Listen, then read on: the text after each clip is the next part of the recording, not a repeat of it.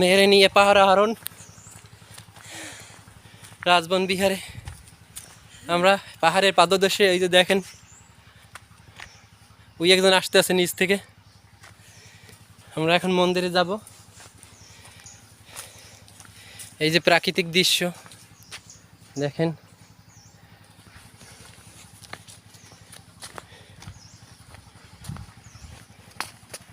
একটা মন্দির। হ্যাঁ